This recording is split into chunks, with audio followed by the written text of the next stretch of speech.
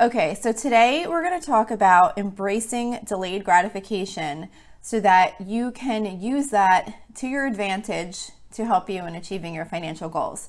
So practicing delayed gratification is the act of resisting instant gratification in order to be able to get a better reward later. So I'm sure many of you have heard of the marshmallow experiment. That was where they had kids that were offered one marshmallow now, or if they waited a period of time for the researcher to leave and then come back, they could have two marshmallows. So they were kind of like given that choice. Do I just take one now, or can I just wait it out till this person comes back and then I can have two?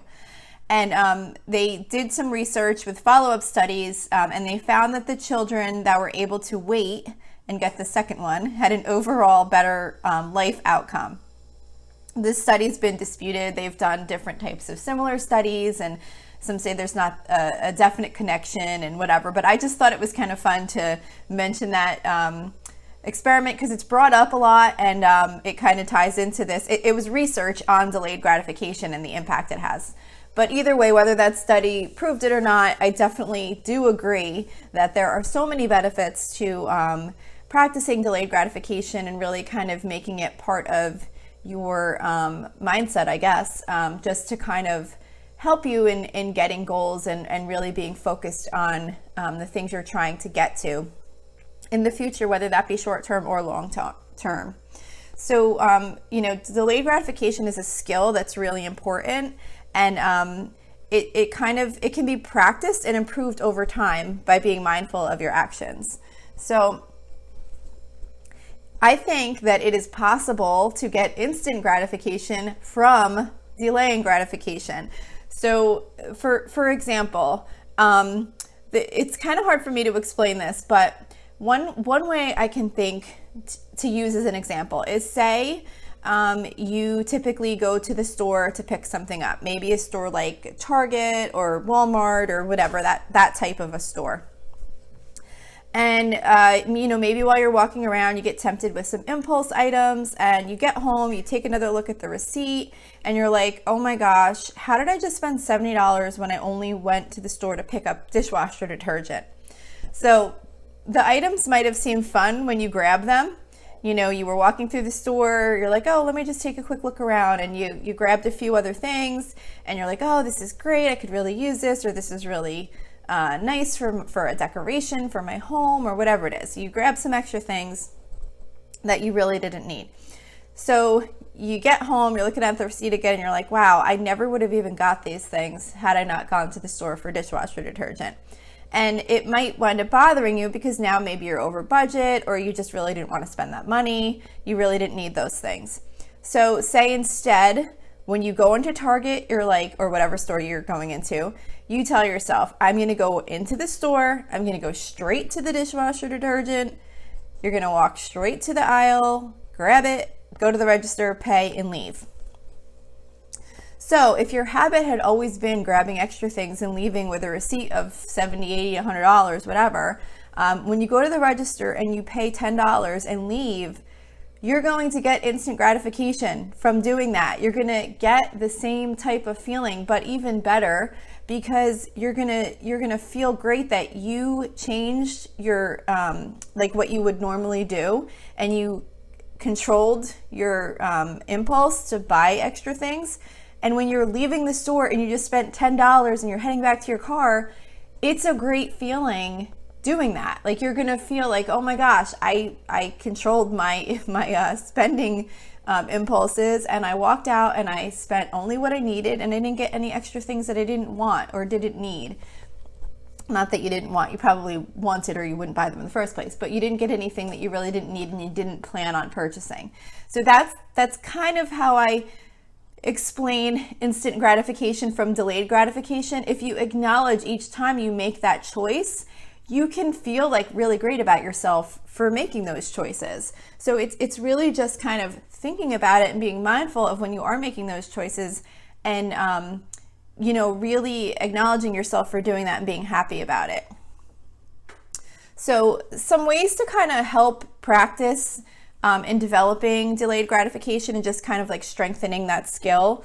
One way is to really track your financial goals. Of course, delayed gratification can be used in many different ways, but I'm kind of focusing it on financial goals. So one way to help you kind of embrace this is in tracking your goals and tracking your progress and celebrating milestones along the way. If you just work and save and you get no rewards along the way, it can become really difficult to keep going and continue making progress on your goals. You want to be able to enjoy your life while you're working on your financial goals. So by setting up some type of mechanism to track your goals and set milestones to celebrate can make it really fun to watch your progress and make it much more enjoyable to keep going, rather than just saying, okay, by the end of 10 years, I want to have this much money saved for retirement, or whatever your goal is that you're working on. You know, maybe even if you have just like regular savings goals, you're saving up for whatever. Maybe you're saving up for a car, or you're saving up for a down payment on a house or a vacation. You know, maybe set milestones. I don't know, maybe if it's something smaller, every time you hit $1,000 or $500, you know, you acknowledge that and you say, hey, we hit this next goal, and you know, you celebrate and you acknowledge it and you talk about it. And celebrating doesn't have to mean going out and spending money on a dinner. You can just celebrate without purchasing anything. Or maybe you get like a special little, I don't know, like an inexpensive bottle of wine, or I don't know, soda, like something that you don't normally get. You know, just something to have fun and celebrate it and acknowledge that you're achieving these things, because you don't want to just say, okay, this is how much I have to put aside, and you know, at this amount of time I have to have this much, and then you just never really acknowledge how far you've come. So it's important to track your goals and watch your progress and acknowledge those milestones. Another way to embrace delayed gratification is don't let other people's priorities come your own. So just because your new neighbor got a new car doesn't mean you suddenly need a new car.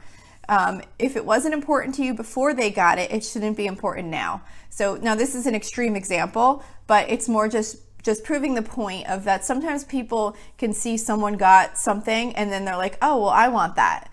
Maybe someone's renovating their home and now you're like, oh, well, I want to renovate my home. Or it could be something as simple as someone got these new cool shoes and now you want those new cool shoes, or whatever it is. Don't let other people's priorities become your own. Really think about if it's something you truly want and you truly need, because by keeping your priorities in line with what you really want, it helps you not make those impulse purchases that can lead to not meeting your financial goals and not practicing delayed gratification. You also want to you definitely want to practice being more intentional with your purchases. When you see something you'd like to purchase on impulse, try to allow yourself some time to consider if this is really how you want to use your money. One way to do this is to make a list of things you want to purchase instead of purchasing them right away. So this will give you some time to reconsider if this is something that you really want to spend your money on, or if it was just something that you thought was really cool in the moment and now you're like, I don't know if I even really need that or want that, or maybe there's a better option or a more inexpensive option or a better quality or whatever. So just really be intentional with your purchases and make sure that you are spending your money how you want to, in line with your goals, and that you're delaying making purchases that not delaying making purchases that you don't really need. You don't ever want to make purchases that you don't really need, but you're really kind of making sure that anything that you can not purchase now because you don't really want or need so much and it's not in line with your priorities, that you are holding off on that so you can achieve these longer term goals and embrace that, delaying that reward until later. I've often heard this said too, and I'm sure you have also, but it's a saying, you can have anything you want, but you can't have everything you want. So with limited resources available to all of us, it's really important to remember that each time you make a purchase, at the same time, you're making a decision not to purchase something else. So if you can try to make each purchase decision with this in mind, it can really help you be more mindful of how you're spending your money. So just consider, just think about that. If I go into the store now and I buy this $5 latte or something, that's $5 that's not going to go into my savings account right now. And maybe that's what you want to do. That's totally fine. But it's just making sure that you realize you're making those choices. So one final thought I have on this is that, when you work hard for something and you practice patience in achieving short-term and long-term goals, when you finally achieve the goal, there's so much more enjoyment out of the whole experience than by just purchasing anything you want whenever you want. There's more of an appreciation for what you're doing. Like, this can be anything from saving up for dinner, not for dinner, for a dinner out, a day trip, a vacation, even saving for retirement. Like, whatever it is, it's just a different feeling when you've been waiting and putting aside money for these things because they're important to you. And when you finally achieve those goals and hit those different benchmarks, it's going to feel really good that you did that. So you are going to get those rewards. You're just getting some smaller rewards along the way, and then you're going to hit those bigger rewards. So I think of all of these tips, I really feel like the celebrating the milestones along the way is probably the most important, because I feel like that gives you enjoyment throughout your life in achieving these things, and it replaces what enjoyment you might feel like you would get from purchasing or spending money on other things that don't allow you to achieve those goals. So instead of getting that instant reward from making a purchase, or maybe going out to a dinner that's going to prohibit you from meeting your other goals, rather than getting the enjoyment out of that dinner, you're going to get the enjoyment of showing yourself that you've met these goals and that you're achieving these milestones along the way. So I just think it's really important to kind of practice and think about it, because it's not something that just happens. You have to really make it purposeful to think about this and be really mindful with your purchases and say, well, these are the goals I want to achieve, and if I just wait, I can have these things in the future. And like I said, these don't have to all be long-term goals. Even like a vacation, when you save up money for a vacation and you have exactly what you need to pay for the trip, to pay for any dining out you're going to do, anything related to the vacation, souvenirs, things like that, and you go on that vacation, okay, you've delayed gratification because you've been giving up things along the way so that you could put money aside for this vacation.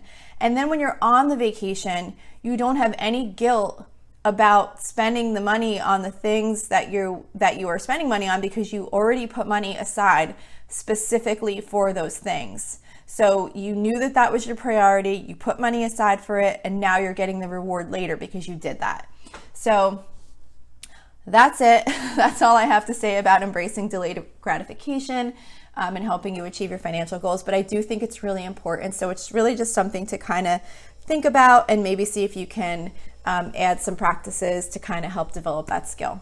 So that's it for today. If you have any suggestions or any comments or anything you'd like to reach out to me for, you can reach me at facebook.com/Lola's Frugal Life. You can message me there, post something to the page.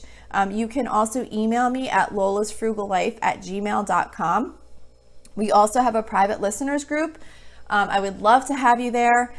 You can find that group at facebook.com/groups/Lola's Frugal Life. Just submit a request to join, and I check it pretty much every day. So I will admit you to the group as soon as I see your request. We have a really nice group of people in there, so I'd love to have you join that group. Also, don't forget to subscribe if you enjoy this podcast. And if you have time to leave a rating, a review, that would really help me out. It's supposed to really help in the show coming up better in search results when people are looking for something like this. So that's it for today. Thank you so much for listening, and I hope you have a really awesome day.